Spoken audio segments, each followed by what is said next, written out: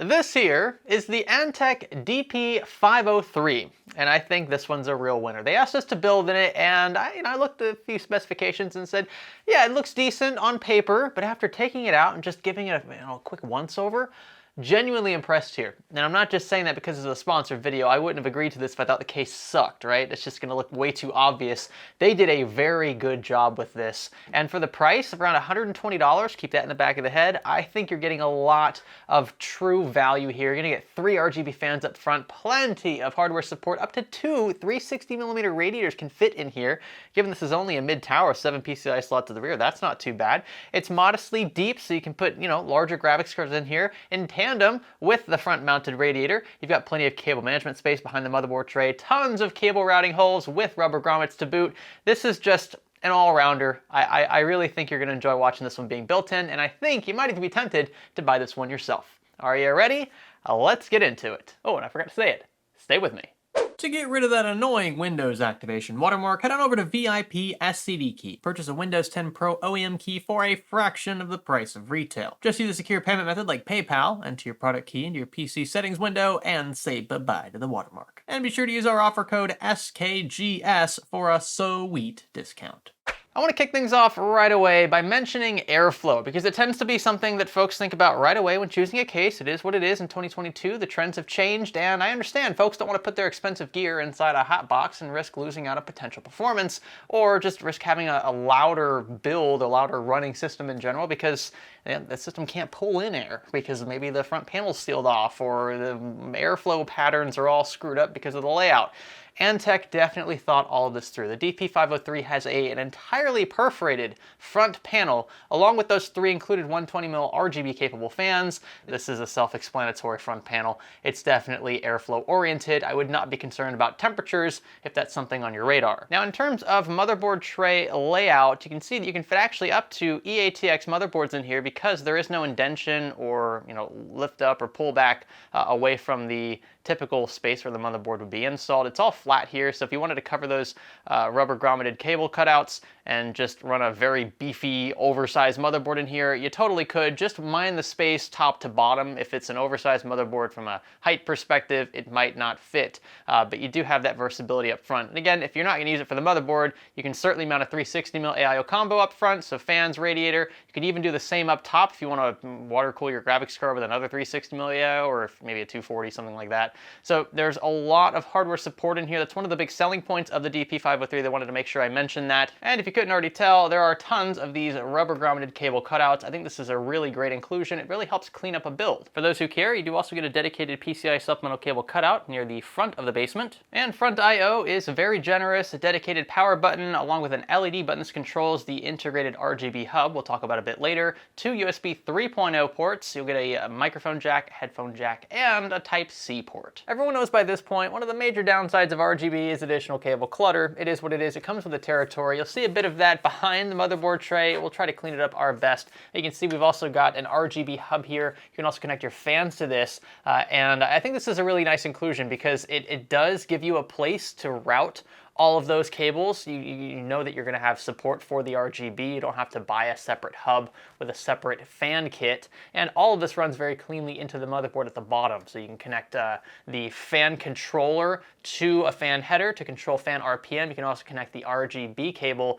to an RGB hub on the motherboard, assuming your board supports it. Lastly, wrapping things up in the basement, you can fit oversized power supplies in here. You do have a grill along with an integrated dust filter for fan side down orientation. This little hard drive cage supports via tray 1 3.5-inch drive. You might be able to mount a second one up top if you absolutely need to. And this entire cage can be moved a tad bit more toward the front of the case. It still shouldn't hurt radiator and fan placement up front because the cutout up front is actually closer to the front than the cage will be. So you've got about an inch extra clearance than what you're seeing here if you wanted to slide things forward a bit more. I like that versatility. I also like that moving it forward doesn't compromise on thicker radiator support. So that is nice to see. Again, I think maximum use of space here, given that this mid-tower isn't any bigger than what's already on the market. Now, since the DP503 is fully blacked out apart from the RGB fans, and we will add one more of those in a second, I want to make sure that our platform follows suit. So this is a fully blacked out motherboard from ASUS. Got nice brushed metal features on it as well. I'm gonna stick with a basic Ryzen 5 3600. It's gonna definitely be supported by this B550 motherboard natively, and we'll get the stock cooler on here as well. So a black top flow fan, along with some black DDR4 as well. And before the, oh no, you forgot to put thermal paste on because they didn't see it filmed or at least included in the final cut of these videos. God, that sounds awful. You're exactly right. I didn't put anything on. I enjoy living on the edge. Ooh, you know what though? I changed my mind about the all black thing because these Corsair Dawn Plats just look so dang good. They just don't make them like they used to, folks. Go and get in there. And would you look at that? Such a beautiful looking platform. Really like the way we've got the black vibing with the silver and the RAM. Just subtle, but it's there. It's a decent little contrast we've got going. Now, we're gonna merge this with the DP503. This is when it all comes together. Oh, yes. Yes, yes, yes, looking so good. Really like just the way it's all vibing so far. Okay, we'll get this mounted. I do this with the case standing upright. You should totally lay yours down. It's all for YouTube, my friends. And we're just gonna finish up basic front I/O wiring. There we go. By the way, you're probably wondering what the heck this is here. This is actually to hold your graphics card up, keep it from sagging, and you can adjust this from the top. There's a one thumb screw here, and then there's also a couple screws at the back to adjust height. So depending on the card, you can move this around, let it accommodate multiple size cards, and it doesn't really look all that bad because it's integrated into the case. It's not standing upright like a tower, just kind of abruptly. So it's nice that they have this. You can always remove it if you don't like it though, and it's not gonna stand out like a sore thumb. Routing our power supply in from the rear. This is a Pure Power 11 FM, a bit higher wattage than we need, but it's a compact unit. We'll connect things up and then tuck excess underneath. Take care of these big daddy cables. And I think these came with combs, these extensions, but I think I'm gonna leave them uncombed. I really like the natural flow of each of these wires. So yeah, we'll leave it like that. And while I'm taking care of cable management behind the scenes, we're gonna go ahead and install one additional 120mm fan at the rear. So we have one exhaust. These are the black variants, of course, not the white ones, but you could get them in either color. And you get 5 in a kit. So if you want some Fusion fans from Antec, check these out. I really like the smoked out look of the black version. You can see the RGB ring around here is actually tinted a bit darker. So if you don't want to turn the RGB on, you just want to leave the LEDs off, this fan will still look nice and crispy in an otherwise blacked out rig. I'm undecided about how I feel about the RGB. I think I'm gonna turn it on just to see, but yeah, I mean, the joy of RGB is if you don't like whatever color scheme's going on, you can either change it or outright turn it off. And best of all, this will integrate seamlessly with the DP503's RGB hub. Gonna wrap up a bit more cable management here. I'll be right back. A few moments later. And there we are. It's you know, it's decent for only spending about 5 or 10 minutes on it. I think this is totally manageable. Now the ultimate test, let me get up from behind the camera here, is right side panel installation. Let's see. Remember, we're running there's like zero effort there. We're running extensions, cable extensions, which is a worst case scenario for management behind a motherboard tray. This is literally effortless.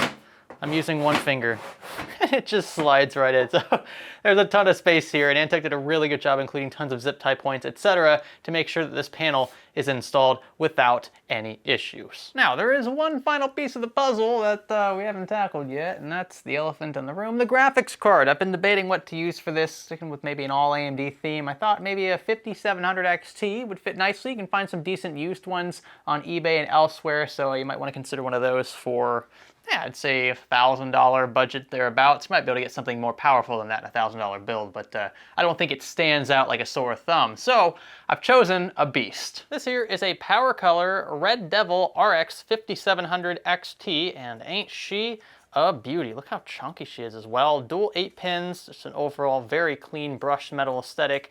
I love the attention to detail. I mean, even in the rear I/O plate, look at that. Red Devil, it just looks so good. I think this is gonna vibe nicely with our case, but I'm gonna do one other thing to make this stand out. If you notice, the DP503 doesn't have PCIe rails, little guardrails that separate individual slots, which means if we remove all these covers, we just have one big gaping hole here, and that's perfect for a vertical GPU mount. This bracket is the bee's knees. Get this riser cable connected to the board first.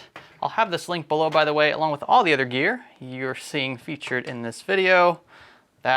Oh, I love that. I love the way that these vertical brackets fill out the remaining space in a mid-tower. Supplemental PCIe power connected. All right, and I believe that is it. Here she is, ladies and gentlemen. What a delectable looking mid-tower. I gotta say, this case certainly doesn't detract from the beauty of the other components in here. If anything, it adds to it. I think Antec overall nailed the aesthetics of this one. And oh my gosh, if you just combine the right hardware together, it's such a seamless, satisfying thing when it's all thrown in and it's all said and done. All that's left to do then is connect it to power, and we'll turn this thing on for the first time, admire the RGB. Powering on in 3, 2, 1. Ooh la la. How lovely looking. You know what, I think once the RGBs fire back up here, oh, the red. Cool, I think they just synced up with the motherboard because the motherboard is orange right now. I wonder if we can, oh, we can, so we can change the colors with the button up top as well as the motherboard. So that's cool. I think I just want to leave a solid red because the graphics card is red right now. The fans aren't spinning because the card isn't under load. That's totally normal. Nothing to be worried about there.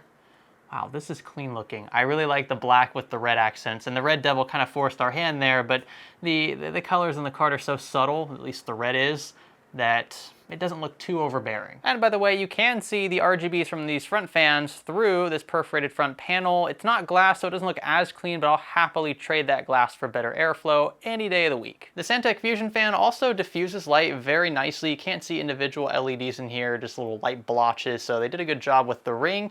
I'm gonna leave it as is. And I think our red devil here ties in this color scheme very, very nicely. Not a bad case then, right? I think Antec's, like I said earlier, nailed it here. The DP503 is one of the, it's one of those staple mid-tower form factors that has a ton of hardware support without being, you know, overly large. Like there's some like the Corsair 5000D and some others out there. They're just enormous. And yes, different applications, I understand that. But when it comes to mid-towers, the really unnecessarily long ones or the really tall ones, they just don't do it for me. It's all about maximizing space without going too heavy into the large footprint. And I think that this is about as large a mid-tower as I would entertain, but you're not losing anything in terms of hardware support because again, you can fit up to 2 360mm radiators in here. That's pretty impressive for a mid-tower. Another 120 at the rear. A lot of depth here to play with for oversized graphics cards. You can see I can slide this card back and forward thanks to this bracket. I have plenty of space here. And even if I had a radiator up front, I could still push this card all the way to the front. That's pretty darn impressive. So there's a lot of breathing room in here, custom cooling potential, yes. The cable management is pretty spot on. There's a ton of cable management cutouts, which is great as well. There's just, I don't really think anything obvious that was overlooked here. It's gonna come down to price, aesthetics, and hardware support, and I think that Antec really nailed all three. Ooh, and I almost forgot, because some of you always ask for the tempered glass to be installed, so you can see what that looks like. It is not super tinted here. It's really not. You just slide this on, and yeah, you can see, I'm doing an awful job at this. There we go. So you can see straight through, it's again, subtle, slight tint, and then you've got the nice black trim going all the way around. It's a well-made panel. They didn't just slap something on here and call it a day. With that, like I said, you can find all of these components linked in the video description. If you want to build something very similar, including our unicorn here, the DP503, be sure to check it out. Antec's really stepping their game up in the case department lately. I think that their cases struggled to be a bit more modern for a good while, but this one they really hit the nail on the head here. In fact, they have another one coming out pretty soon, I think the DP505, if I'm not mistaken, and that one looks even juicier. So maybe we'll tackle that one in a later video. Let me know what you think about this build in the comment section below. Consider giving this one a thumbs up if you haven't already, and stay tuned for the next one. My name is Greg. Thanks for learning with me.